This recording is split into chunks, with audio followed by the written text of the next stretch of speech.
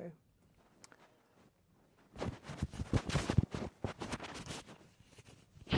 All right, all right, all right. All right, all right, all right, all right, all right. I'm going to go ahead and share this stream. Rafa, we're going to get started right now, Yeah. right? Okay.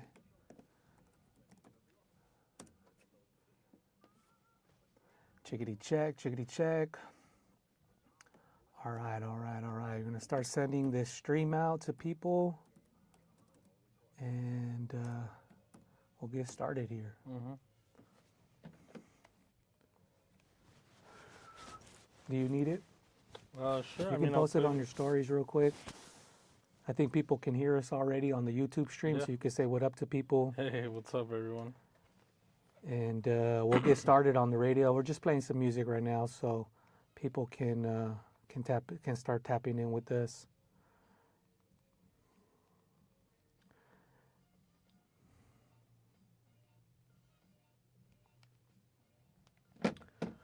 All right, where are my headphones at?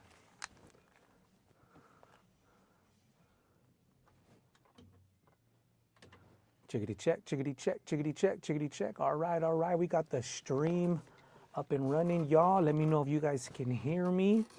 We got the stream up and running. All right, I don't think they can hear us, Rafa. Let's see here what's going on with the microphone. Check, 1, 2. All right. Chickadee check, chickadee check, chickadee check, chickadee check. 1, 2, 1, 2, 1, 2, 1, 2. What is going on, everybody? Rafa, how are you doing today, man? I'm doing good, man. Is this your first time on the radio, brother? Yeah, for sure.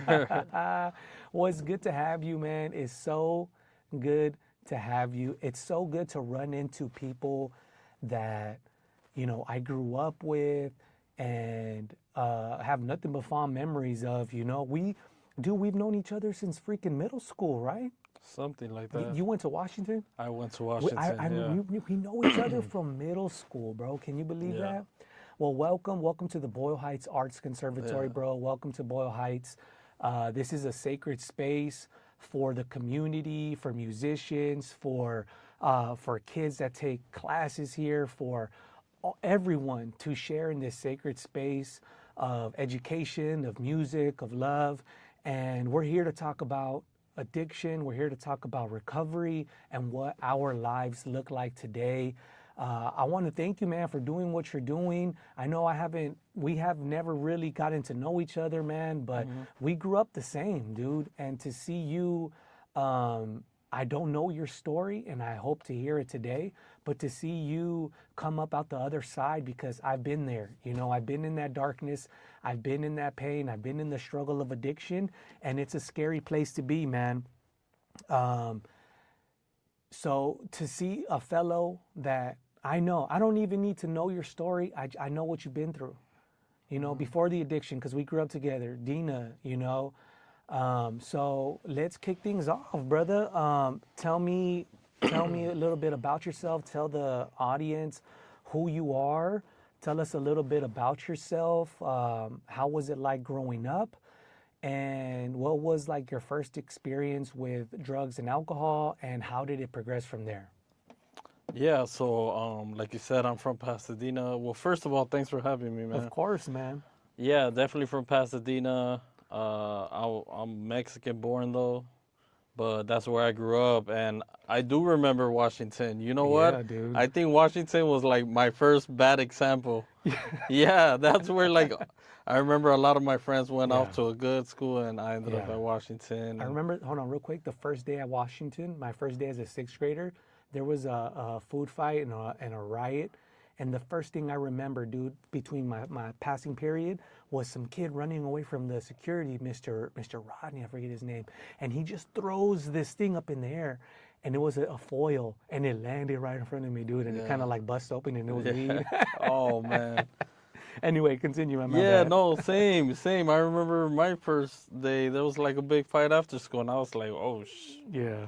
like this is what this school is like. Yeah. And, we're kids. But I went to Washington. Actually, that's where I picked up hip hop too.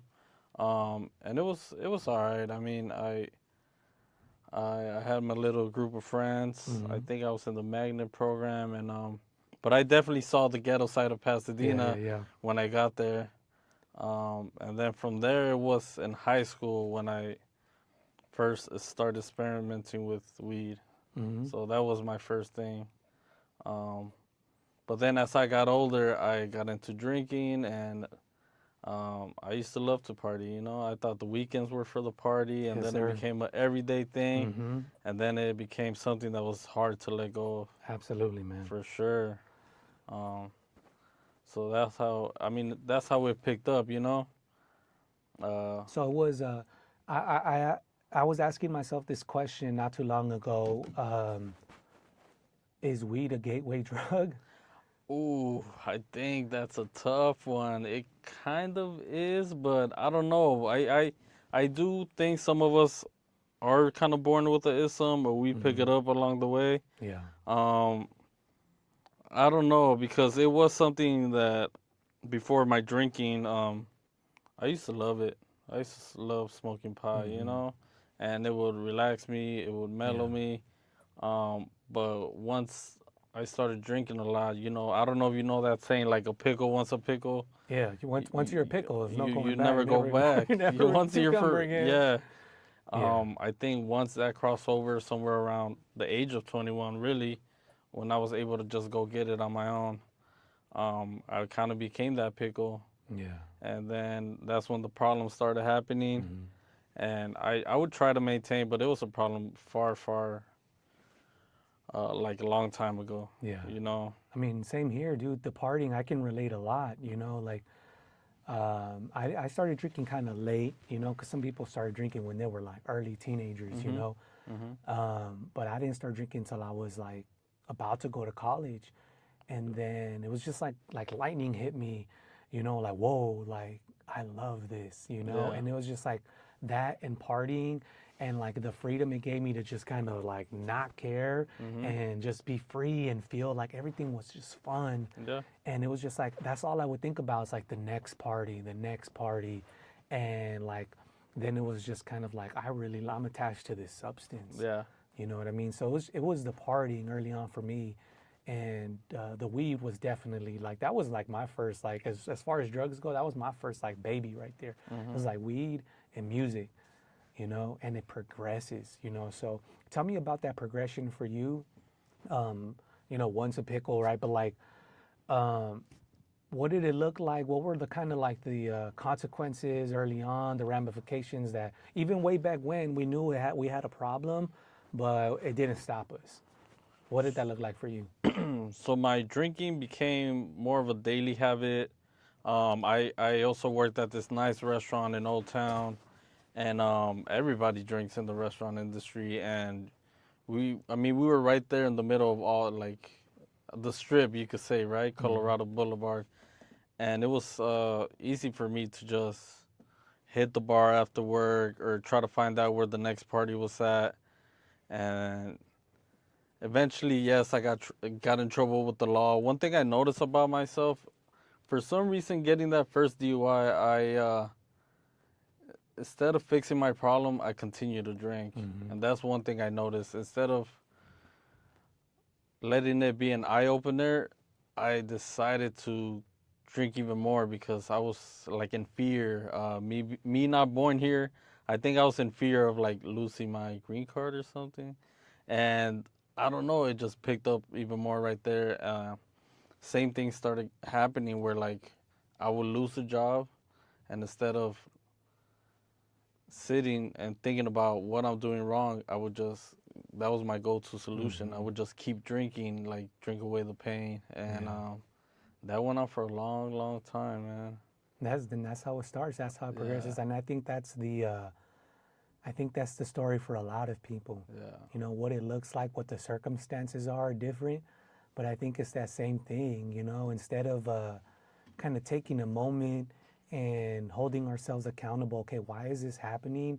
What's going on, and what do I need to address, and what behavior do I need to correct?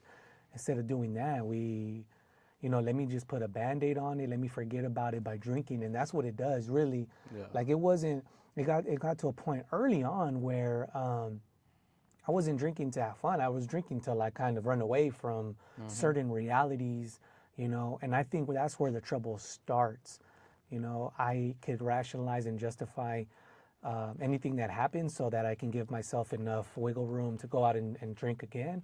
But the fact remains is that it was a problem way back when, you know. So Old Town, like you worked in Old Town, so just like right there, that would have been a problem for me, bro. Yeah. That would have been a problem for me, dude.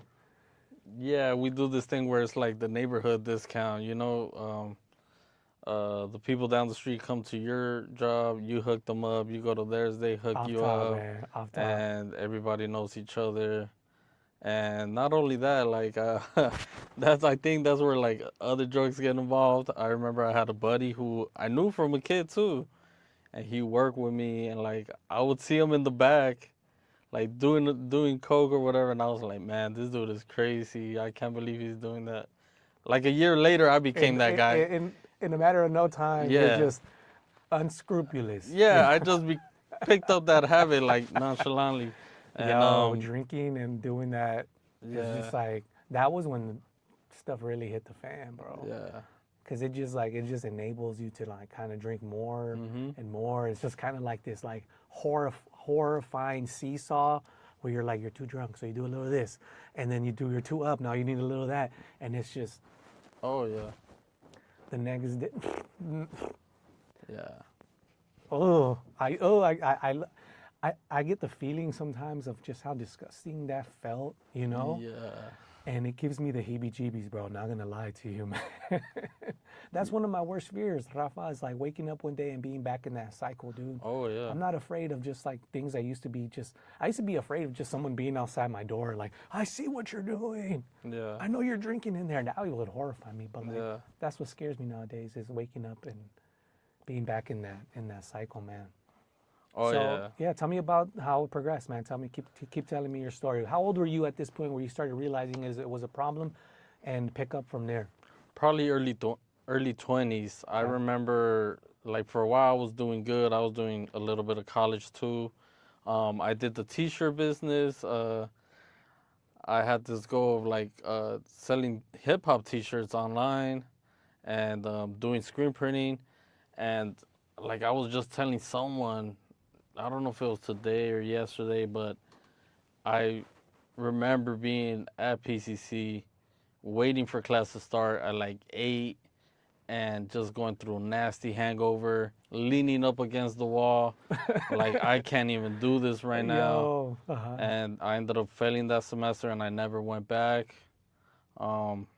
But like things were good. Like I feel like the potential was always there. Yeah.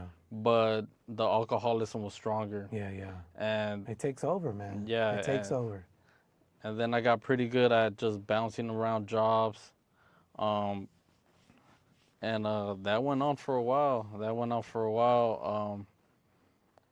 Crazy thing is like my family was my mom, she was like, if you don't stop drinking, like I'm gonna put you in one of those Mexican rehabs. Yo, I've heard horror stories, bro. And it managed to happen. No way. Yeah, so Okay. that's another I need to part. hear this story, bro. Tell me about it. Yeah, so it was like so I guess it was an eye opener. This was like later on in my 20s.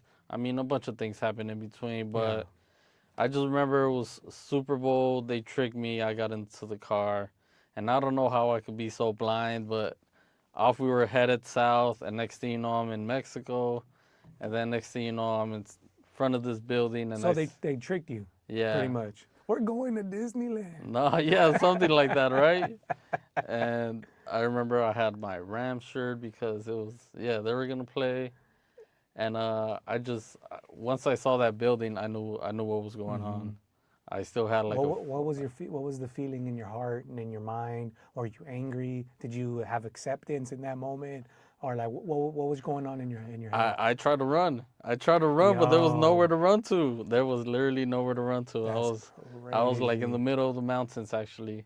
It was in Rosarito, but not by the beach. It was like up in the canyons. Up That in was the cerro, they yeah, call it, yeah. And a bunch of dudes just came out and Yo, dragged me in you're not there. in the States anymore, man. You don't Yeah, have rights, bro. yeah. I remember some guy saying, "You in my house now," because he knew That's I spoke wild, English. bro. He knew I spoke English, so he said, "You in my house now." You in his house, man. Yo, that's crazy, dude. Okay, so what happened, man? Tell me this story. I was down there, and like we think we know everything, and I Mm-hmm. started telling them like in Spanish, like it's all right. My family will be back like within a week. They're just trying to scare me, and Yeah, then yeah. like a whole month passes by, and I haven't heard anything. Whoa, they weren't And playing, then they give bro. me like the rest of my clothes, and I mean I didn't have it as bad because at the end I ended up helping them. I kind Helping of them out. I started helping like the office. Oh, okay, And I okay, started like locking away the people because okay. I became almost like a key holder. So Okay, but what was the process like? Like, were you detoxing at this point? Like, what was going on? the first thing they did is yeah, they throw you in a little dirty little room, detox, nothing. Everyone's peeing on a bucket. One thing they do over there that they don't do over here is they taper you off. So at least Yeah, yeah. they did that. Oh, wow. So they were Yeah, giving you a little bit of alcohol to yeah, taper it. For those of you who don't know, let's kind of educate the audience here. So, alcohol withdrawals are very, very serious. yeah, If any of you guys have a problem with drinking or have a relative, a friend, a coworker that you know is struggling, and you know they might be hitting that tipping point, Rafa, I'm sure you know, man, how dangerous it is to stop cold turkey, man. Oh, it's bad. I've had alcohol withdrawal seizures myself. Various. Yeah. I don't want to say the number. You can die, guys. You can die. Yeah, You can, get permanent brain damage. It's some real scary stuff. yeah. And long before this happens, there's symptoms. Educate yourself, guys. That's why we're here on the radio trying to tell you guys our stories so we can let you guys know the ism, like the progression it's hard to look at whether it's in yourself or someone else, but late stage alcoholism and these signs, it's very, very life threatening. Yeah, for sure. It's and the crazy part is like I said, you get in trouble, you lose the job, even a withdrawal seizure, and I'd end up at the hospital. I still end up going back to it, and even after Rosarito, I probably had a couple, but How long ago yeah, was this? I was in Rosarito in early 2019. Okay, so not too long ago. Yeah, and I Wow, was it's there for a while. 2026. 2019 is a long Yeah, time ago. you know, Wow. it's yeah, It seems time like not that long flies. ago. No, time is flying. Time is flying right now, dude. But over there, it's like hard love. They don't really do programming Yeah. like they would over here. I remember eventually some guy who relapsed ended up back in there, and he actually had more of a structure of like let's do this counseling thing, and they didn't really have that when I got there. People would just go up and vent when they got together for like meeting time, I guess, and Yeah. it wasn't much I learned, but at least I it opened my eyes a little bit to how bad it was that my family had to do something like that. Yeah. For sure. Okay, so you had that experience. What did it teach you? What was the feeling like leaving the place? And what was like the kind of rationalization that you gave yourself? What is the thought process for someone to go through something so, whatever, whatever it is that you felt, and then drink again? So what was that like? So, well, I couldn't wait to get out of there. I was happy. I came back with the thought that I was gonna get my life back in order. I had already thought about where I wanted to work, and I did. Um, but even I remember like it only took a week. It only took a week for me to come back. And another thing I was talking to someone about like yesterday or a day ago, like sometimes we get put in these spots, and I remember looking for work even though I kind of knew where I wanted to go. And I walked down to the end of the street, and this is up there in Altadena, and I had to go right, but I knew the liquor store was left, and I literally told myself, That easy, huh? "You go right, that's the right decision, or you could go to the liquor store right here up the street, the one right there on Lincoln and Altadena, and then just go drink at that little park right there." And I went La for it. Malta Park. Yeah, and like I just knowing the right decision was going back home, and the obsession just came back. But yeah, a little after that's when I really started trying to get sober. It took plenty of tries though, plenty of tries. But that was one of those moments in my life where I saw that I had both decisions to, like a decision to make, and I picked the wrong one for sure. Wow, man. So what happened then? So you were kind of at this crossroads, and what happened? Like, the what was the road like for you that led up to your rock bottom experience, or the experience that led you to be like, okay, I really have to do something? And what was that like? What was the decision like? And what did it look like after? What did you need to do to ultimately get sober? So okay, so that was 2019. Um, I did have that little job. It wasn't far from home, but they didn't really like me. I didn't really like them. And I was drinking every single day. Like I couldn't wait to leave work, and there was like a certain amount. I think I was drinking like an 18 pack a day. So Close. what was your drink of choice? Were you going between like liquor and beer, kind of like changing it up, trying to control it, I guess you can say, Yeah. or what were you drinking, man? I was mainly a beer guy, but I do like to add a little tequila or whiskey. A little something a little Yeah, stronger. Okay, yeah. okay. And so I had this job. I'm in this little routine where I'm drinking a certain amount just to stay balanced because of the withdrawals, Because of like the you say, withdrawals.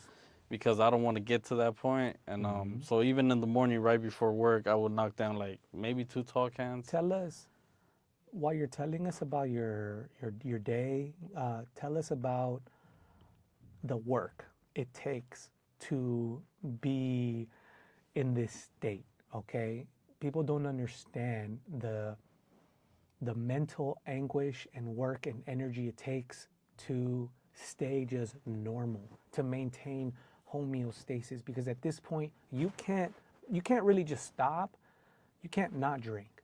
So tell us, what were you doing? Okay, so in the morning you had to take a couple down to stave off the shakes a little Yeah. bit.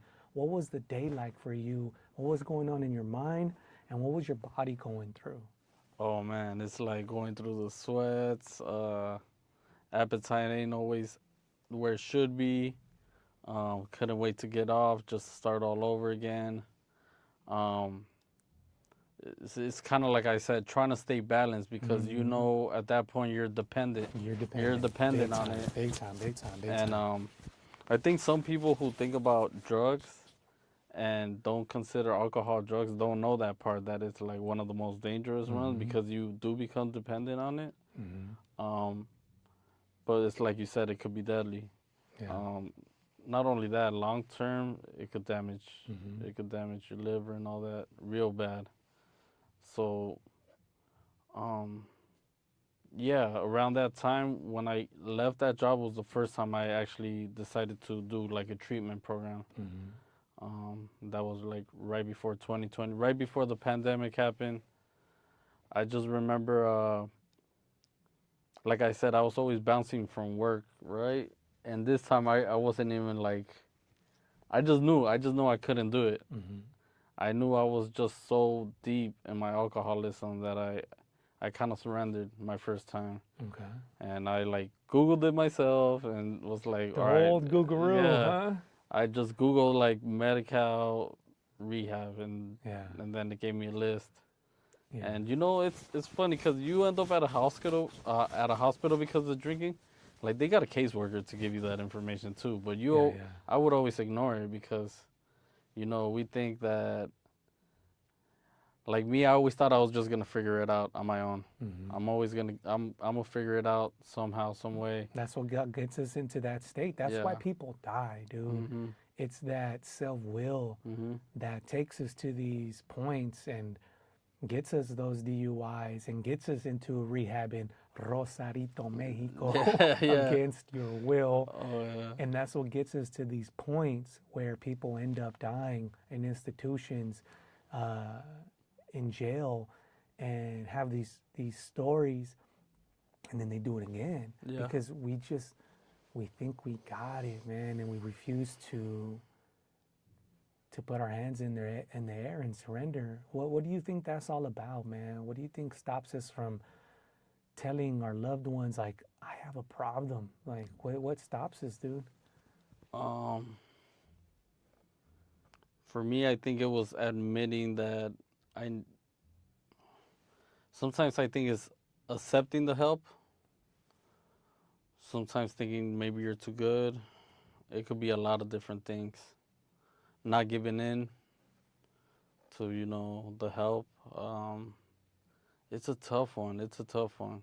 It's like a it's it there's no I mean it's because it affects us in so many ways, Yeah. dude. Like you have the physical dependency, you have the like the mental kind of like trickery that it does, Mhm. the emotional part where it's just Yep. like, dang, this is like my little security blanket, you know? This makes me feel good. This is the only thing that kind of makes me feel good in some weird twisted way, you know? So you have all these things that all these angles where it makes it really, really tough, man. And then we Yeah. feel like we're gonna get judged, Yeah, for you sure. know?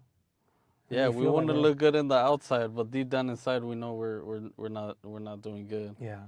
I Um, mean, we can put fronts up, dude. Like yeah, most of the alcoholics that I've met are like super charismatic, smart, um, and for all intents and purposes, man, like maybe not as much as we think, but we're pretty good at kind of covering our tracks a yeah. little bit, I Oh yeah, guess. But it's not a good thing because it's just prolonging the yeah, inevitable, right? yeah, Kind of things are going to hit the fan yeah. eventually. And then we are selfish. We want things to go our way. Tell me about that. How are your relationships with your family, with, like girlfriend or whatever? Like what was that? What did that look like for you at this late state of your alcoholism? Everybody just wants me to get sober. They know that if I'm sober, everything is good. They know I'm a good person, but Mm-hmm. they know that that's holding me down. Mm-hmm. Like all they want to do is just see me sober, and when that happens, like life just gets better. Yeah. Um, but this time that I'm able to maintain my recovery and see the full picture, now everything's coming into fruition Mm-hmm. and life does get better. Okay. So Uh, let's get into that. Let's get into the moment you knew like you were going to take your recovery seriously, and what it looked like. Okay, so Boom Bap Recovery, we support all roads to recovery, yeah, 12-step recovery, therapy, and there's a lot of different, forms of recovery out there. Smart recovery, yeah, and if you're not putting the substance in you, man, I applaud you. If you're out yeah. there struggling and you want to get sober, I applaud you, and we're here to support you. So, we support any road to recovery. What does that look like for you?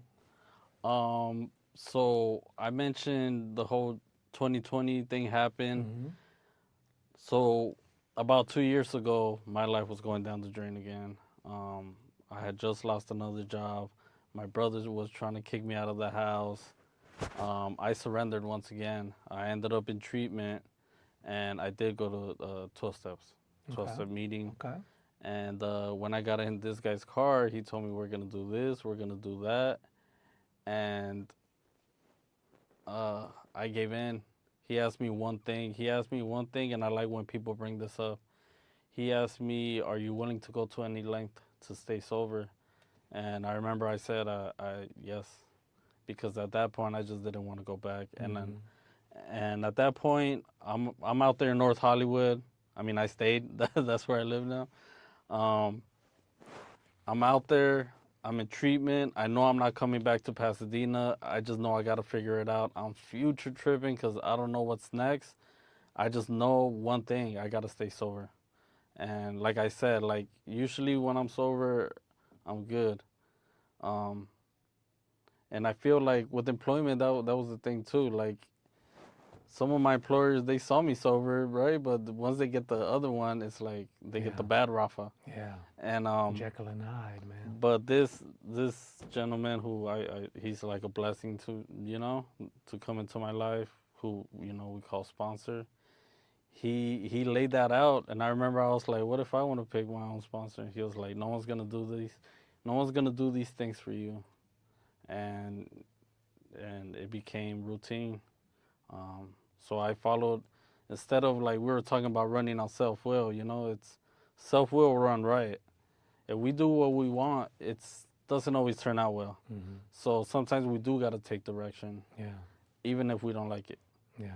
I talk to him every day, and a lot of the times I don't like what he has to say, but you know, It's hard to yeah, hear the truth sometimes, yeah, and it's hard to face your own BS yeah, sometimes when that BS served you, because we want what we want when we want it, and when we don't get it, we cry and pout and drink more and yeah, hurt people, and we're selfish. yeah, And it's hard to undo that. I'm still unlearning a lot of things, and it was uncomfortable going through my first set of steps and confronting a lot of myself. Um, I can tell you and I can tell the audience like wholeheartedly, I feel like the inventory process, oh, for whether sure, whether you do it through a 12-step program or through, I mean, I know Catholic Church does, confession, hmm, whatever you have through a therapist, however that looks like for you. I suggest to anybody out there, even if you're not an alcoholic, anybody, anyone can benefit from a thorough analysis of themselves, a real strong look in the mirror. And you're not just looking, you want to see, all of these things and where you were involved, where you played a part, because, things happen to us. We do things and things happen to us. But there's circumstance and there's context there where a lot of the times we blame ourselves and a lot of the times we're blaming other people. But it's more than that. Let's unpack things and let's get rid of what doesn't serve us. So the inventory process was very, very big for me and very freeing, right? What was a big thing for you that helped you spiritually, that helped you really step out of your old skin and into this new Rafa that we have to hear today? that part you just laid it out. Inventory, looking at yourself, seeing your character defects, trying to become a better person. I think once you make that psychic change, right? Some people call it a spiritual experience, and you realize you do want to stay sober and you do want to become a better person. It's easier to, how could I say it? Look at the glass half full instead of always saying it's half empty. So a change of attitude, A yeah, change of yeah. attitude for sure. Outlook. A change of attitude, and um, one something I've been thinking about this week is my buddy said it like a week ago, and I know I've heard it plenty of times, and it says we want something, right, and then God says no. He says no, not right now, or I got something better. And our patience is always getting tested. But we also got to put in the work. We got to be kind to others. Absolutely. We always got to find ways to progress, Mm-hmm. for sure. Because if we stay in that negative attitude that we had, we're just never gonna get better, Yeah, for sure. that's So, beautiful, man. but it does start by looking at yourself, Mm-hmm. looking at your problem, and your desire to stay sober. Mm-hmm. Because if you think it's easy peasy, it's not. Yeah, You're also got to put in the work. yeah. It's not easy, but it's not. I don't. To me. Everyone's gonna have their own experience, but to me, it's simple, but it's not easy because it's not, like I said, it's not easy confronting that stuff because I feel wholeheartedly that the shift is rather like it's like a matter of degrees, but in those degrees, you're on a whole different course. You know what I mean? It's just like you're the same, you have the same faculties, you have the same body, you have the same mind and soul and energy. It's just that little shift that changes everything, right? And all of a sudden you're operating on a whole different wavelength. And instead of being dissonant to the flow and energy of the universe, you're harmonizing with it because you're here and you got your feet planted. And the best thing of all is we get to help. We get to help other people, dude. Yeah, for and sure. that's where it's at because it takes me out of me and what Ignacio wants, what Rafa wants. And it places our abilities that we have, God-given abilities to do good things and be here and be here for our families, for our partners, for, you know, whatever we want to do and whatever we want to align ourselves with. So tell me what you're doing right now. How has life changed for you? What blessings has sobriety brought for you? What hardships has sobriety brought for you? So, as of late, I've been really involved. I think community is a big part. So, like how you were saying, it's not just about us. It's how can we help out others. Um, so I did treatment in North Hollywood. I knew I wanted to stay. I knew I wanted to change in careers. I didn't want to go back to restaurants. I did like this little job training, and I would work at a nonprofit. Um, I work with people coming out of rehab. I also do work with people coming out of prison. I did the whole sober living thing, you know, and like I What was knew that like? Tell people what that process what is like. uh Okay, well you went to a rehab in Rosarito, bro. Tell us yeah. what the process is like for people here. Dispel some things for people that might be kind of teeter-tottering. What is the process for someone to get sober now? What do they need to do? What advice do you have to give them in order for them to like tell them, you know, like tell them what they can expect pretty much. Man, sometimes you just gotta take the next indicator step, whatever it is. Don't rush things. Like I said, your patience is gonna be tested. Luckily for me in sober living, I had a really cool roommate, so it wasn't that bad. But you do see some other people go out. You see some people act up, and back to putting yourself in check. Like just because you see someone doing something you don't like doesn't mean you gotta flip out too. You Yeah, know. yeah, man. Um, That part. Still dealing with that. Yeah, yeah, right. It's like you want to say something, but then you don't. Yeah. You don't. You just, you know. Sometimes we know better than that, and but it's definitely been an experience. It's definitely been an experience. So it's been 2 years now in the valley. I should be hitting 2 years in a couple weeks, Nice, like in man. 2 3 weeks. Congratulations, man. Um, Congratulations. I've been holding down this job. I teach financial education. So, like I said, all my clients are coming out of rehab or coming out of prison or facing homelessness. Mm, And I'm just there to kind of teach them a little bit about credit, okay. why they should have a bank account. It's not my job to tell you to get it, but encourage it. Okay. Save up your money for those goals, you know? Mm-hmm. Like I said, I showed up in North Hollywood. I met sponsor. I didn't know what the hell was gonna happen, but I just knew I had to stay on track, and I have been managing to meet those goals. You know, I got a cool little whip about a year ago, and when that happened, I told myself, all right, you still got the DUI because there's been relapses in between, right? Mm-hmm. So I told myself when you're finishing up that DUI, you're gonna get a spot. You're gonna get your own apartment, and I just managed to sign the lease a couple of days ago. Congratulations, man. So that's been cool, and it's like, but I gotta stay humble.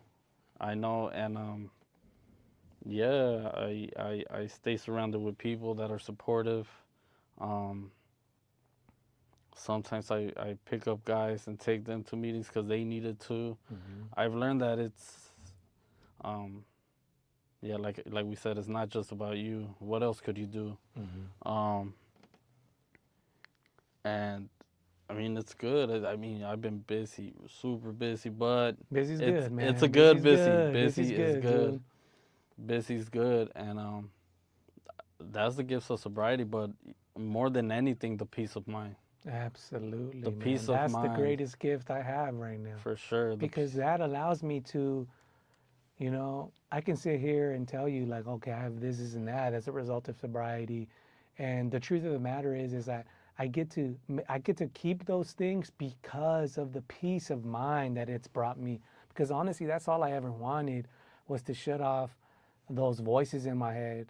Even before I started drinking, was like those voices of doubt, those hmm voices of you're not good enough and this or that, or you're poor, you're this, like, you know, all these things. No matter what point in my life I was at, no matter how many good things I had and how cool my life was, I always had those voices in my head. Yeah. And drinking alcohol just gave me that, like, I can't hear anything, dude. Oh yeah. And now I have that with just genuine serenity and genuine hmm peace. I still go through ups, I still go through downs, and I'm sure you do too. Yeah. But I get to lay my head at night and not worry about those things, not have those voices in my head telling me those things. Yeah, for sure. Your brain could be, man. That It's monkey so, brain. yeah, it's so powerful. It could be your worst enemy. Mm-hmm. It could be what takes you out. It could be, yeah, for sure. You got to keep yourself in check, and yeah, I mean, ultimately you do get the peace of mind. Um, How do you maintain it? uh, how do I maintain my peace of mind? More work, huh? More work. Yeah. Not work, not 9 to 5 work, more. No, yes. So Or maybe that too. I mean, I don't know. I'm big on routine. Okay. I'm big on routine. I like routine. I like having something to do, but then sometimes I do gotta pump the brakes and give myself some time to That's chill. good, man. But I do stay busy, and I like routine. That's good. I That's like good. routine. Uh, so I do stuff like obviously work, my meetings, keep that on a consistent basis. I like to cook. I like to go hiking. That's right. Cooking and Uh, hiking, man. Staying connected. I think like one time my phone was blowing up and I'm like, how I almost forgot to be grateful because I'm like, all these people are hitting me up, like what the fuck? But I'm like, Rafa, like Yo, yeah. people actually want to talk to you, That's cool, man. don't you, those are those moments where you gotta remember to be grateful. Yeah, man. Life Cause can get small, but yeah, life is big too. yeah, Like, I got a lot going on right now too, yeah, man. I'm glad you busy and a lot going on. Phones blowing up. That's good, man. Sometimes you want to just like, I don't want to talk. yeah. But that's a blessing, dude. But I would definitely say staying connected Yeah, to the community, yeah, yeah, man. um, staying connected. Even the treatment facility I went to, I stay connected with them. That's good, bro. I stay connected. Those are some of my clients.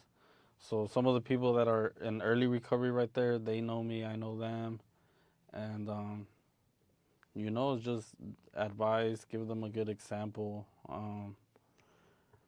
and let them know they're not alone. If you're out there and you're listening, man, you're not alone. You Yeah. know. Thank you to my support system, man. Who's been your support system, man? Who's been in your corner? Family, friends. Who's been big on your corner? Family, for sure. My home group. Yeah, I don't want to say names, but the treatment facility is one of them. Cry Hub.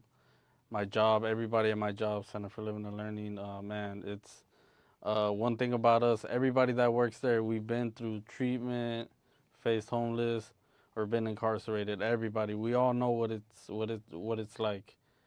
Um, you know, um, Yeah, it's all these programs and my home group for sure. But any 12-step meeting, like to me, I encourage people to get, to do that for sure, because I never wanted to give in. Yeah. And then once I did, life changed. Yeah.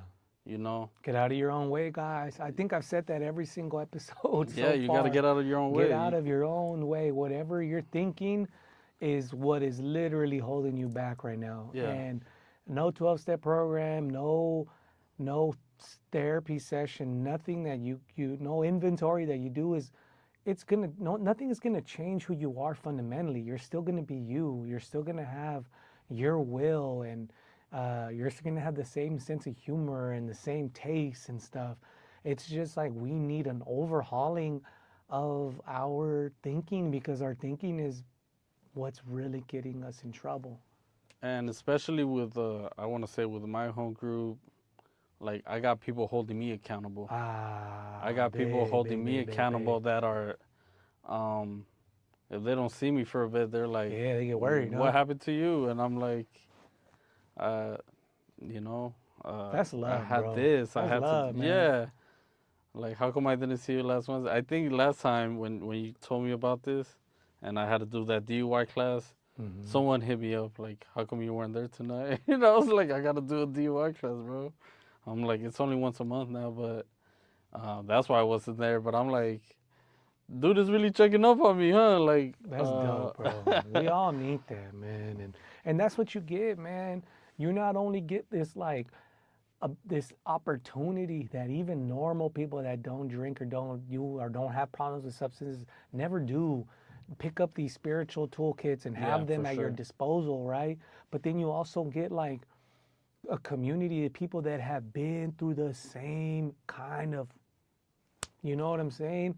And are going to love you, man, that are going to check up on you, that are going to hold you accountable, that are going to pick you up, not just when you relapse, but pick you up when we could kind of relapse emotionally, where we get angry, we get upset, like, where no one's perfect. We all still kind of go through things, and you're going to have these people that you can call and kind of like get some advice, or just, it's a beautiful thing, man. Yeah, for sure.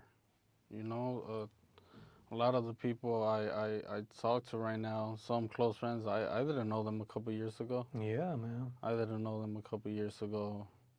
And now it's the same people I bond with, Yeah, dude. Same people I'm growing with. And yeah, that accountability part too, though, man. Yeah. I swear, like, I feel like if it wasn't for some of these people, I wouldn't get my license back, or, the little things, Those little things that end up being big things. Yeah, those little things that they're like, the things that normal people do, and for us, when we're out there drinking, we think it's like, we why? take it for granted, bro.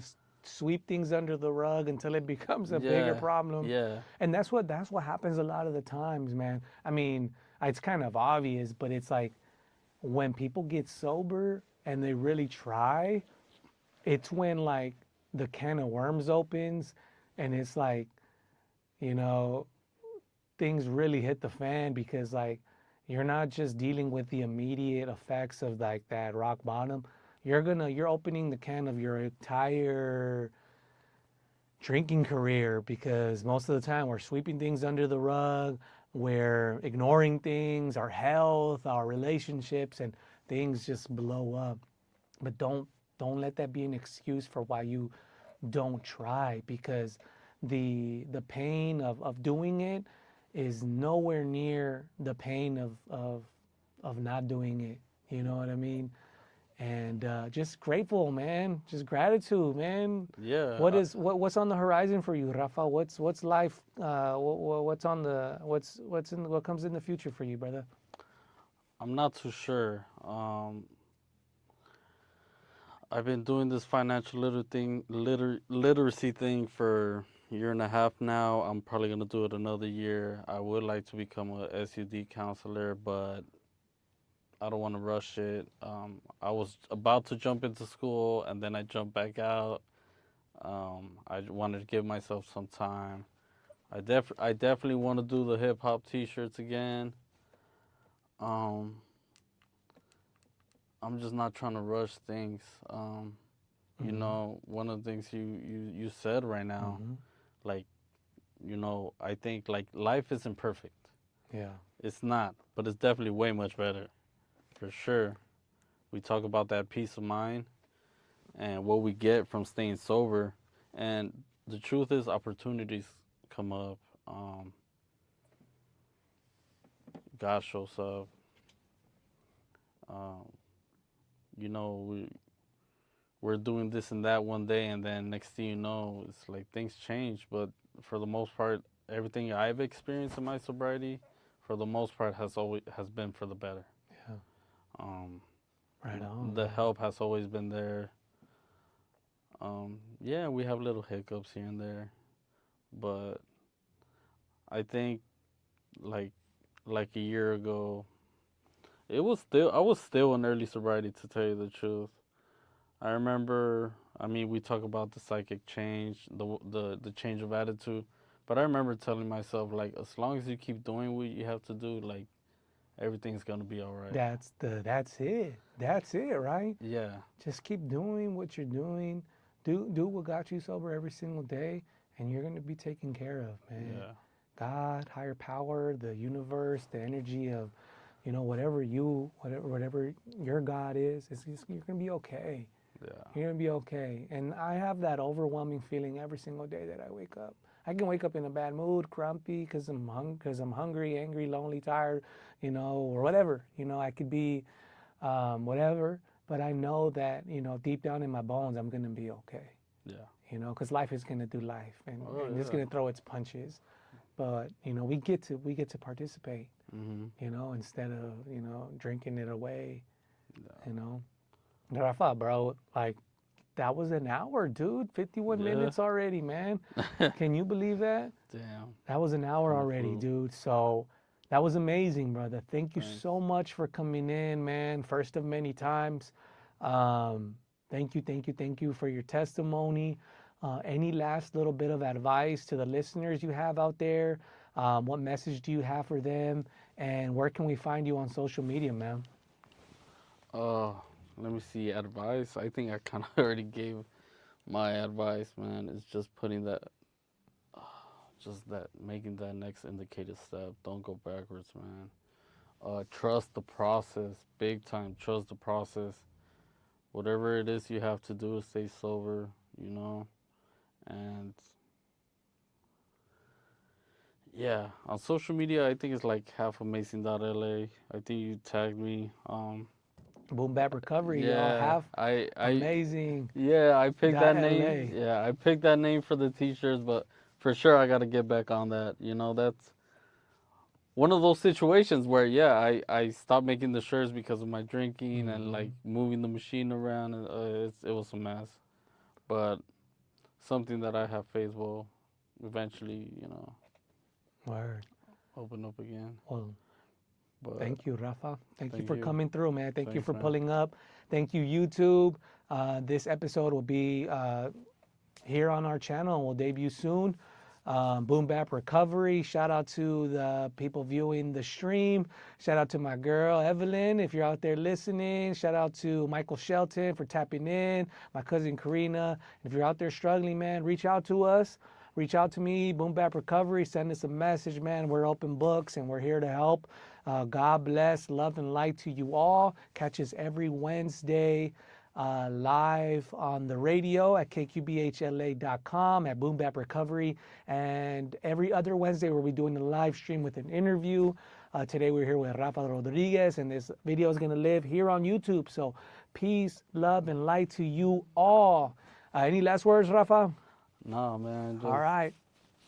I think I'm good. Sobriety, y'all. Get up in there. Yeah, All for right. sure. Peace. Peace out, YouTube. It does get better. It does get better. For sure. All right. We're still live on